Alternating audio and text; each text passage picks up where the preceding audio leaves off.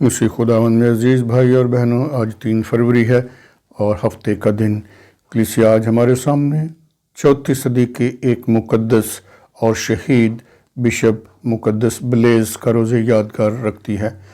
مقدس بلیز پیشے کے لحاظ سے ایک ڈاکٹر تھا اور اسے ارمینیا یعنی موجودہ ترکی کے ایک شہر سباستے میں بشپ مقرر کر دیا گیا، اور اسے لائسینیس جو کنسٹنٹائن کے ساتھ ایک بادشاہ تھا اس کی اذیتوں کا سامنا کرنا پڑا، لیکن اس نے مسیح کا انکار نہ کیا۔ جیسے اسے اذیت دی گئی، اس میں اسے اون صاف کرنے والے لوہے کے اس برش سے اذیت دی گئی جس میں کیل لگے ہوئے تھے، لوہے کی تاریں لگی ہوئی تھیں، لیکن اس نے مسیح کا انکار نہیں کیا۔ بالآخر اسے قید کیا گیا اور پھر اسے قتل کر دیا گیا۔ مسیح کی خاطر اس نے جان دے دینا گوارا کیا، لیکن مسیح کا انکار نہیں کیا۔ ہمیں بھی دیکھنا ہے کہ ہم بھی مسیح کی خاطر اگر دکھ سہنے کے لیے تیار ہیں تو کیا ہم جان دینے تک وفادار تیار ہوں گے، اور ہر طرح کے حالات میں بھی مسیح کو تھامے رکھیں گے، اس سے وفادار رہیں گے۔ مقدس سینٹ بلیز سے متعلق ایک روایت مشہور ہے کہ ایک دفعہ ایک لڑکا جس کے گلے میں مچھلی کا کانٹا پھنس گیا تھا اور وہ مرنے کے قریب تھا، مقدس بلیز کی سفارشوں کے بدولت دعا کی گئی تو اس کے گلے سے وہ کانٹا نکل گیا اور وہ بچہ بچ گیا۔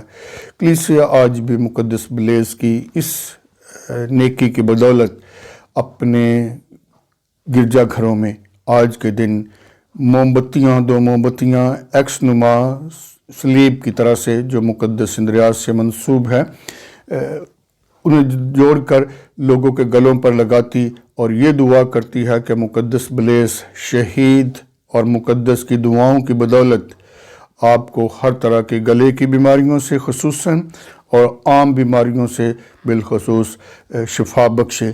اور اس طرح بہت سارے لوگ مقدس بلیز کو اپنے لیے ایک مددگار مقدس مانتے ہیں اور اس کی شہادت سے سبق سیکھتے ہیں۔ ہم بھی اپنے آپ کا جائزہ لیں کہ ہم مقدس بلیز سے آج کیا سیکھیں گے اور اس کی طرح سے کس طرح مسیح سے وفادار رہیں گے۔ اسی وفاداری کی مثال آج پاک کلام میں دونوں تلاوتوں میں ہمارے سامنے ہے۔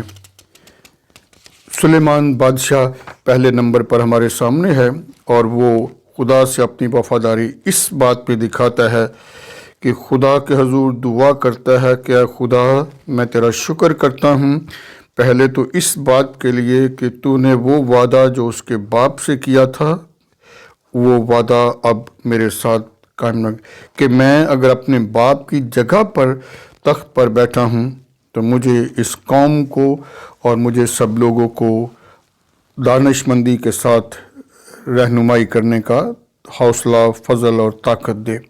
اور اس میں کیا ہے؟ اپنے بندے کو فہیم دل عنایت کر۔ کیوں؟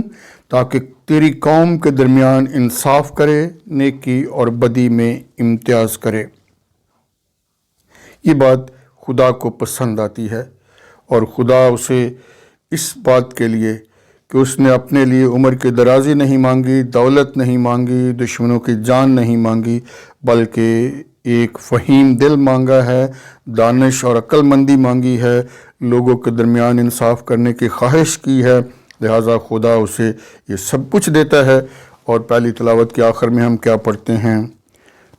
سلیمان کی مثل کوئی شخص برپا نہیں ہوا، نہ دانش مندی میں، نہ دولت میں اور نہ حشمت میں۔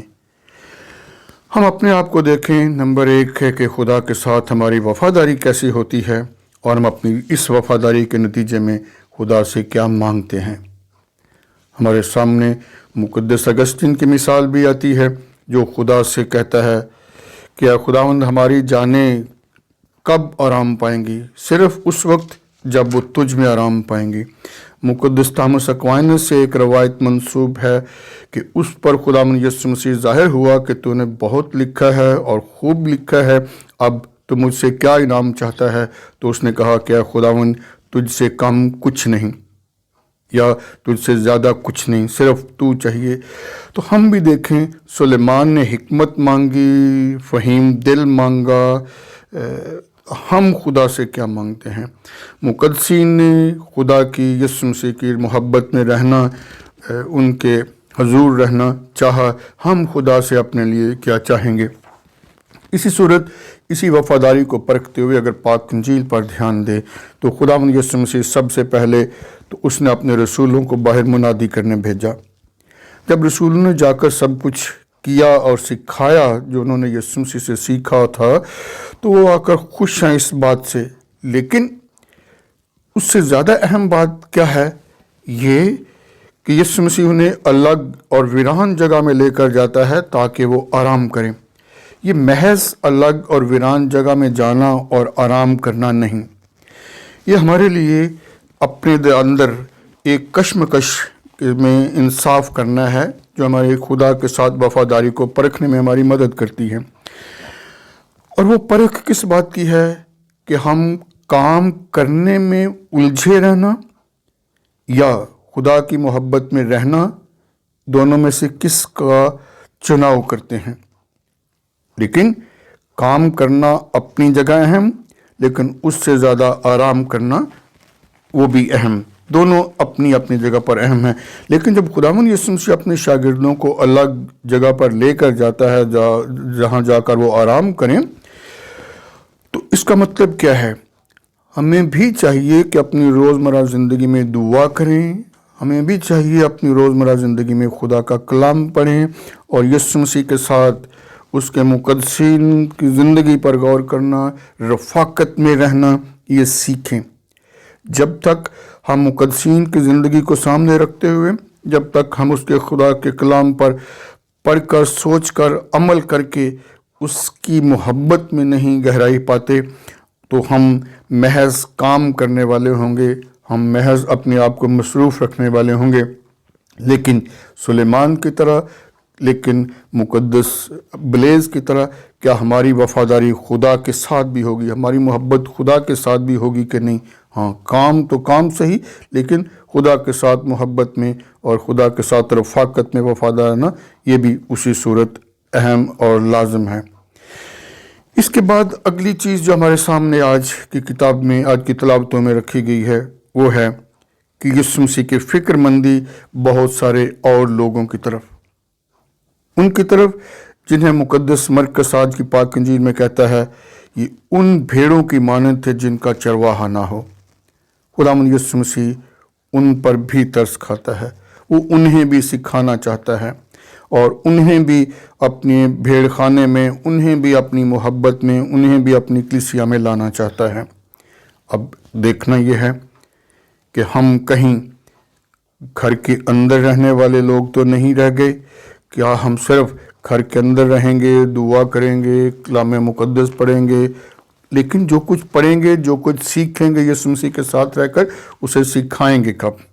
لہٰذا ان دونوں باتوں میں کہ گھر کے اندر رہنا، دعا کرنا، کلام مقدس کو پڑھنا، دھیان و گیان میں زندگی گزارنا اپنی جگہ اہم اور ضروری کہ اس سے ہم سیکھتے ہیں، لیکن اس سیکھی ہوئی زندگی اور سیکھی ہوئی ساری مشقت کا پھل کیا ہم اپنی بشارتی کاموں میں اور کیا ہم نیکی، خدمت اور محبت کے کاموں میں گزارتے ہیں؟ خدا ہم سب کو بڑی برکت دے تاکہ ہم خدا کے کام کو بھی کریں، لیکن اس سے پہلے اس سے محبت کرنا اور اس کے ساتھ رہنا اور اس سے دعا کرتے ہوئے سیکھنا، یہ بھی جاری رکھیں۔ خداوند آپ سب کو بہت برکت دے، آمین۔